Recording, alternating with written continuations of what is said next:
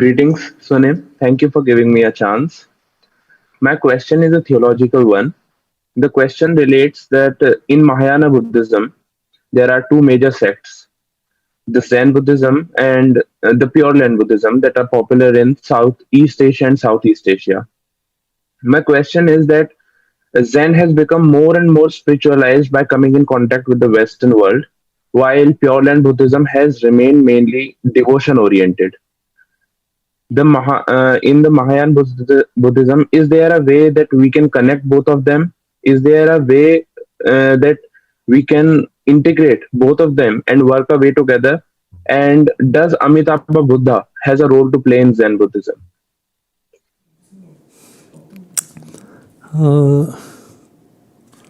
그것이 어떤 불교든 그 진실, 사실에 끼어 있느냐 하는 것을 중요시해야 합니다. So whatever sect of Buddhism it is, the most important thing is, are you awake at this moment and now? 담마라고 하는 것은 진실, 사실을 말합니다. Because Dharma speaks the truth. 그것이 누가 말했느냐가 중요한 건 아닙니다. It's not important who said it. 그렇기 때문에 붓다는 주로 진실을 말했기 때문에 우리가 붓다의 가르침을 담마라고 합니다. Because Buddha mostly spoke about the truth, we call his sayings, his teachings, the Dharma. 그러나 붓다가 아닌 사람도 진실을 말할 수가 있습니다. However, you don't have to be the Buddha to speak the truth. 그건 그럼 담마가 아니냐 아닙니다. 그것도 담마라고 할 수 있습니다. And that can also be called Dharma. 그러나 붓다의 가르침이 혹시 중간에 왜곡이 돼서 진실이 아닌 얘기를 한다면 그거는 붓다의 가르침이라는 이름이 붙어 있어도 담마라고 할 수가 없습니다. However, Buddha's teaching as it came down to us might be kind of twisted and it might not speak to the truth. So people can point to it and refer to it as the Dharma, but it won't be the truth. 경전에 쓰여 있는 글귀가 다 진실은 아닙니다. So not everything that's written in the Buddhist sacred texts are the truth. 그 경전의 글귀는 붓다가 쓴 게 아닙니다. Because Buddha himself didn't write that. 후대의 사람들이 쓴 거예요. People afterwards wrote this. 즉 전에들은 얘기를 듣고 기록을 한 거예요. Basically, they wrote whatever they heard from hearsay. 어느 시대에 기록이 됐냐에 따라서 그 시대 상황을 반영하게 됩니다. And depending when that was written down, it actually reflects the current conditions and situations of when it was written down. 그렇기 때문에 붓다의 가르침에는 인도의 문화가 많이 반영되어 있습니다. Therefore, in Buddha's teaching, it reflects a lot of the Indian traditional culture. 그것은 붓다가 인도 사람이기 때문에가 아니라 그걸 기록한 사람이 인도 사람이기 때문입니다. And that's not necessarily because Buddha was from India. It was because the scribes that wrote down what he said were from India at that time. 그래서 붓다의 가르침을 인도 사람들이 쉽게 이해하려면 인도의 어떤 풍속, 전통 문화 이런 거하고 결합을 시켜가 설명해야 사람들은 이해하기가 쉽습니다. Because if they wanted to really teach and find an easy narrative for people to hear and understand Buddha's teaching, the scribes had to make it accessible to people by leveraging the current the traditions of India. 그래서 경전에는 인도의 전통적인 사상이 많이 이렇게 믹스되어 있습니다. Therefore, you have a lot of healthy dollop of traditional Indian kind of concept that's melted into the narratives of Buddhism. 불교가 중국에 전래됐습니다. Then Buddhism went over to China. 담마 그 자체는 아주 받아들이기가 쉬운 겁니다. Dharma itself is very easy to ingest. 그건 사실이니까요. Because it's the truth. 그러나 부처님의 가르침을 사용한 경전에는 담마를 담기 위해서 인도의 어떤 전통 문화가 많이 담겨 있기 때문에 중국 사람이 볼 때는 그 인도의 전통 문화를 이렇게 문화가 다르기 때문에 이해하기 어려운 점이 있었습니다. However, the stories they use as narrative vehicles to convey Buddha's teachings was very heavy with Indian tradition. So from a Chinese person, it was very hard to accept or understand. 그러니까 그 해석 때문에 여러 이론이 나오게 된 거예요. And because of the interpretation of those artifacts, it kind of split into very different, interpretation of those.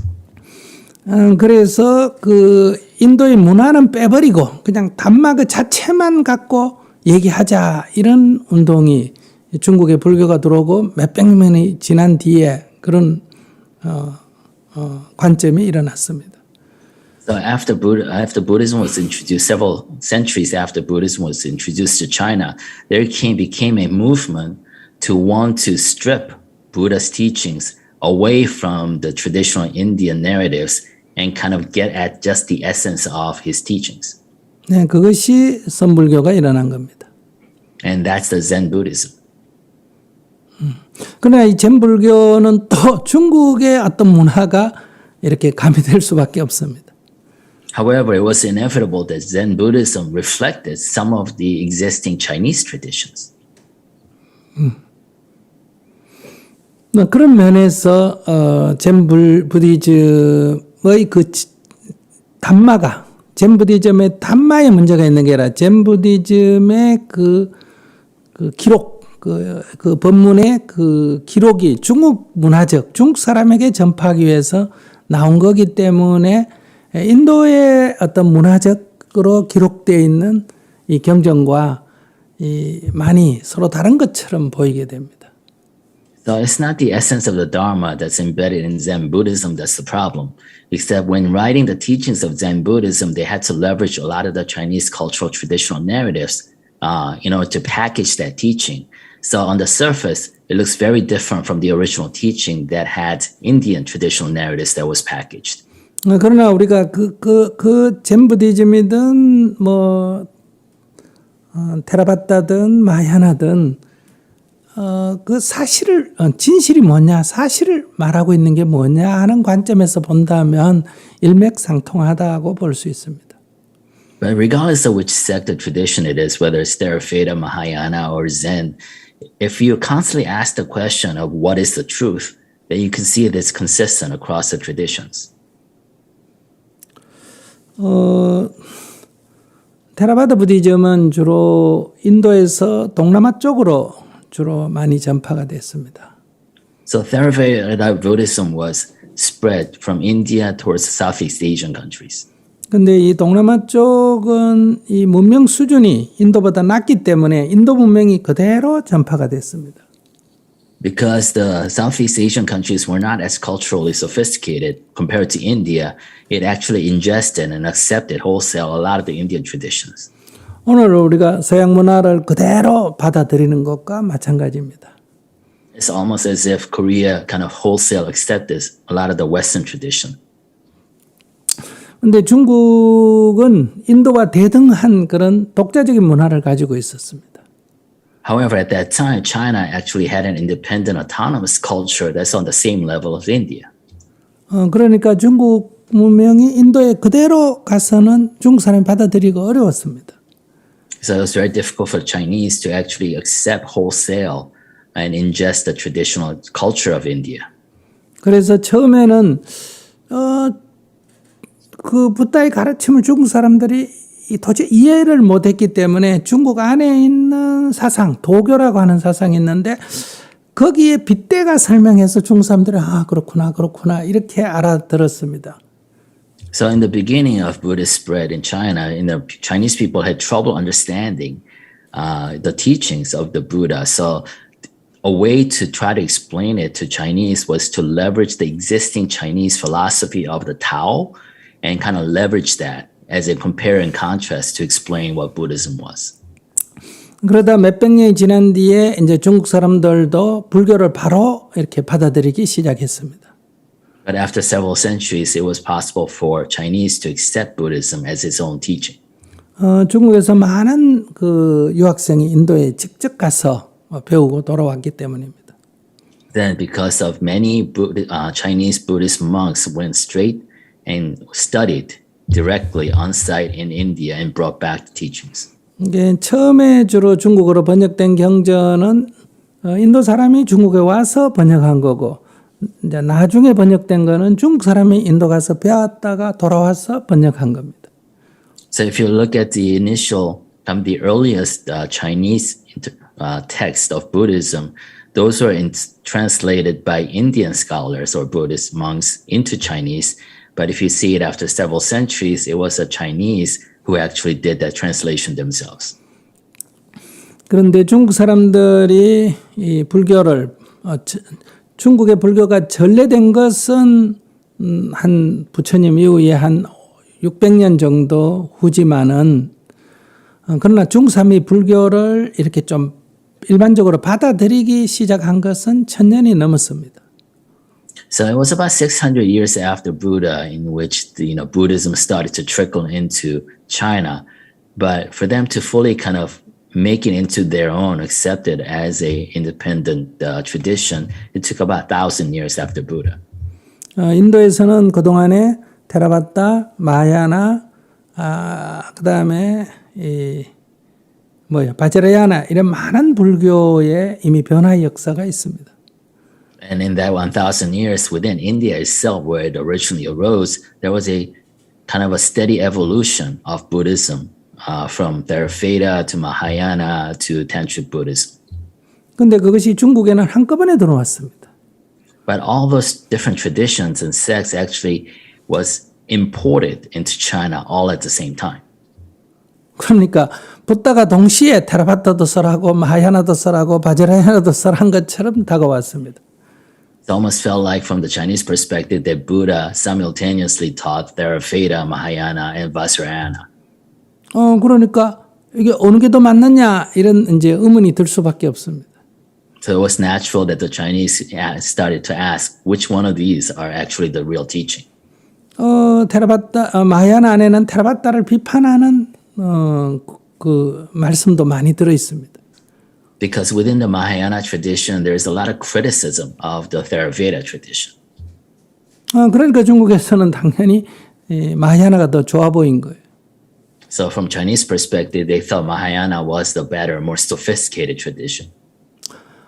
그리고 마하야나도 그게 몇백 년 사이에 일어난 일을 한꺼번에 받아들이니까 이 각각에 대해서 종파가 나눠지게 된 거예요. 어느 걸 따르느냐 하는 종파가 나눠지게 된 거예요.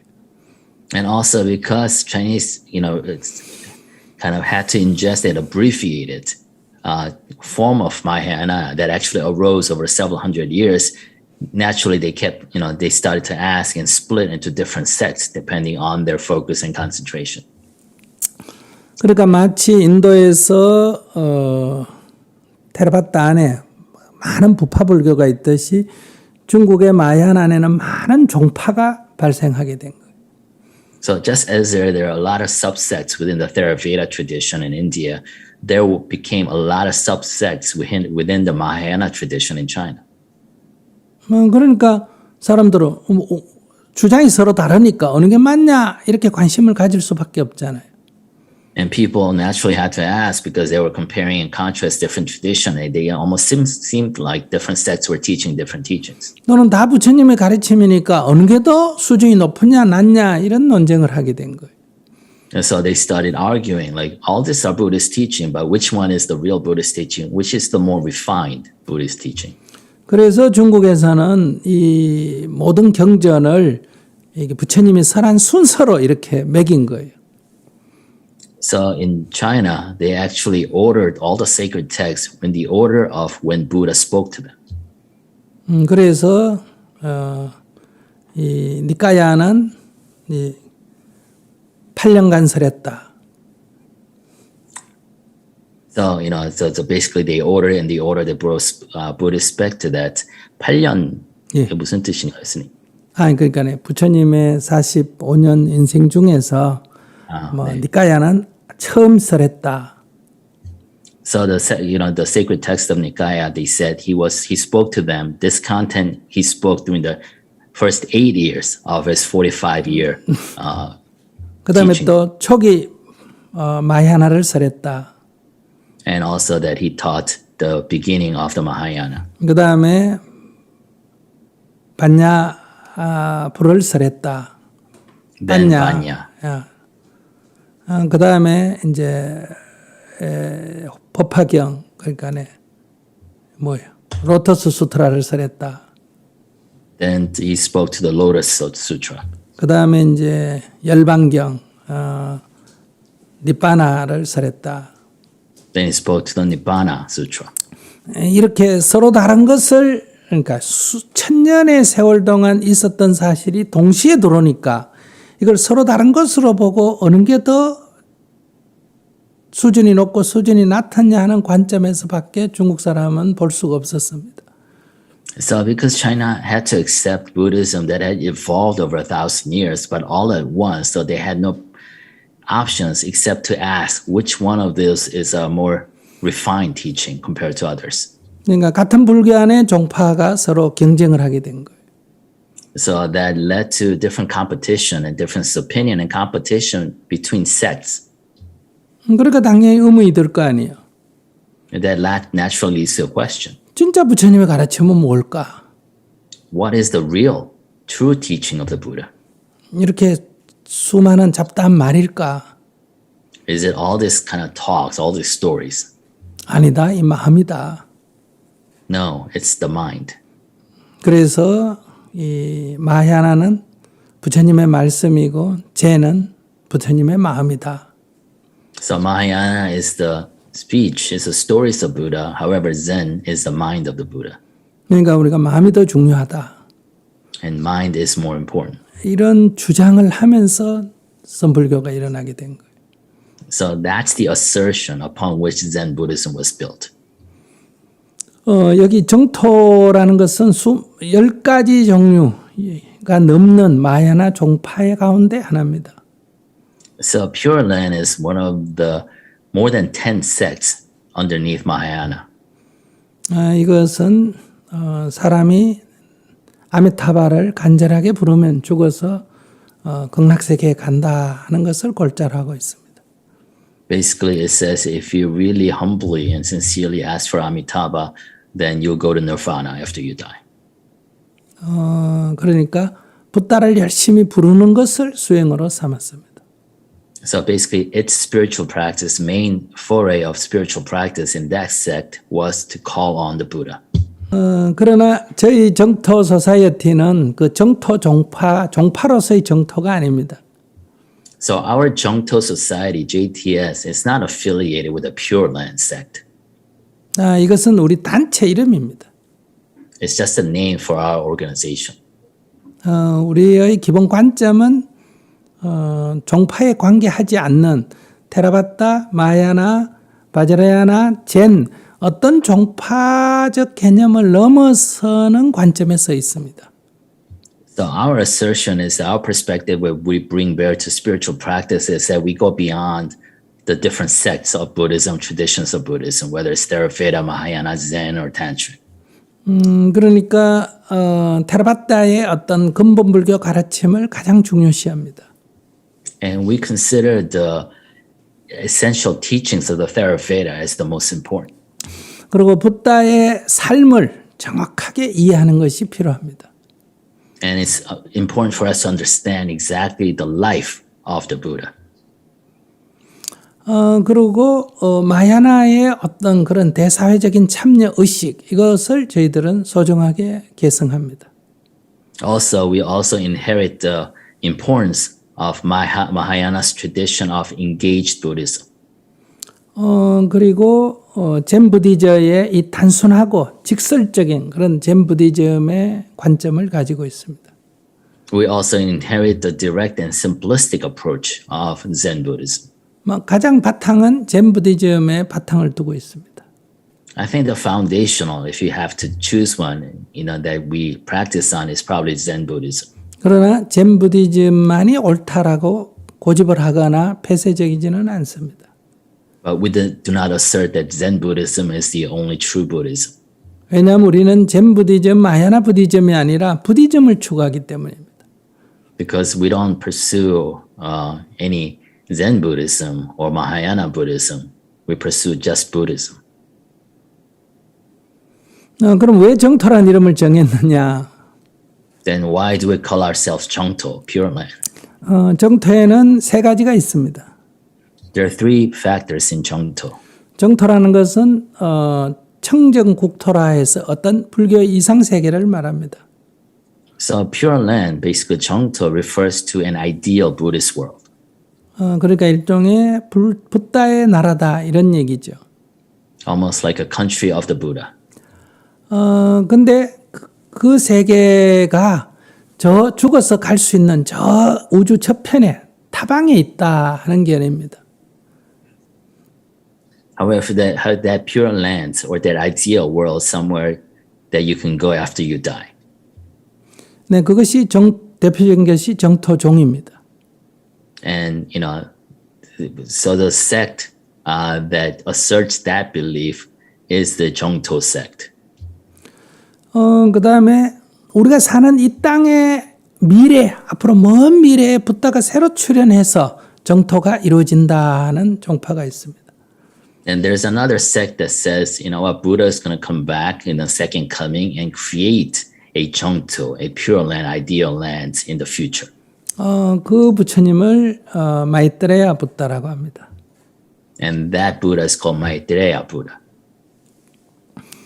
그 다음에 정토라는 것은 우리 마음에 있다 하는 유심정토입니다. And there's another sect that says, Jongto actually exists inside our minds. 내가 마음이 편하면 정토고 내 마음이 불편하면 예토다 이런 얘기. So if my mind is at peace, it's Jongto. If it's not, then it's not. 그런 데서 우리는 이 모든 것들을 다 수용합니다. So we embrace all three kind of beliefs or traditions. 우리는 일단 어떤 상황에서든 내가 마음이 편한 유심정토를 추구하고요.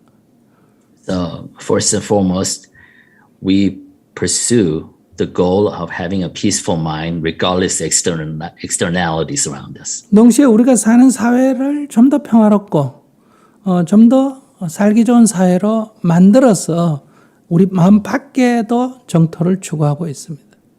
But at the same time, we engage with our society in general in order to create, to the extent possible, a peaceful world within us, within our world. 아름다운 환경을 추구하고 있고요. In that sense, we pursue a better environment, 평화로운 사회를 추구하고 있고요. more peaceful society, 행복한 인생을 추구하고 있습니다. and a happy life. 그래서 우리는 이 사회가 좀 더 평화롭고 정의롭도록 하는데 적극적으로 참여를 하고 있습니다. And so we are very forward-leaning in actions and activity that leads to a more justice in this world. 그래서 우리가 정토라는 이름을 붙인 것은 좀 사회적인 정의를 적극적으로 실천하겠다는 의지를 보이기 위해서 이름을 그렇게 정했습니다.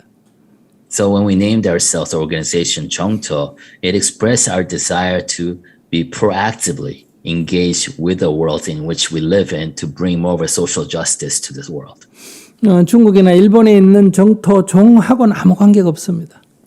We have no relations to the Jongto sect that are active in Japan or China.